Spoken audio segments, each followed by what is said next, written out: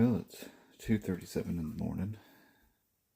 Tried to sleep, and it's been three and a half hours of nothing but I'm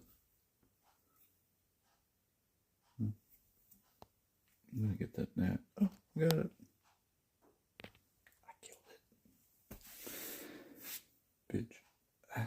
Anyway, been 3.5 hours of hell trying to sleep. Now I can hardly walk. You know, times like this, I wish I never would have got lower back fusion. So, if you're like me, when you need lower back fusion or needed it, don't do it.